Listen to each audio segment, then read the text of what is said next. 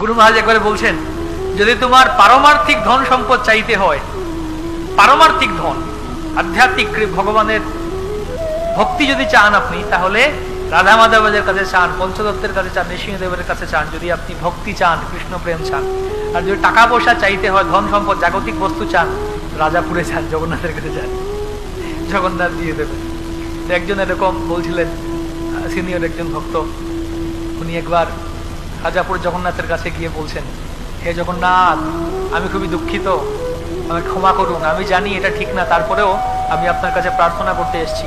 আমার না খুব ধন সম্পদের ইচ্ছা, টাকা পয়সা ইচ্ছা আছে, আমি অনেক টাকা চাই, অল্প না, অনেক অনেক টাকা, আমি অনেক বড় ধনী হতে চাই, কৃপা করুন, আপনি আমাকে অনেক ধন টাকা পয়সা দিন, আমি ব্যবসা করছি, একটু লস হচ্ছে, আমাকে অনেক টাকা দিন, প্রচুর টাকা দিন হে জগন্নাথ।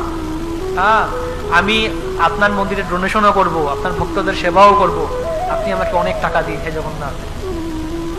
এরকম প্রার্থনা করেছেন। তারপরে ওনার ব্যবসাতে অনেক লাভ হলো এবং এখন উনি বিলিয়নিয়ার, কোটিপতি, বিশাল কোটিপতি ভক্ত। তো যাই হোক, পাশের পরে সবাই গিয়ে ভগবানের কাছে, জগন্নাথ মনে দৌড়াবে সবাই, হে জগন্নাথ, এটা দাও, ওটা দাও। এটা বুঝতে হবে যে আমি ভগবানের কিছু চাইছি মানে এটা আমি বোকামি করছি।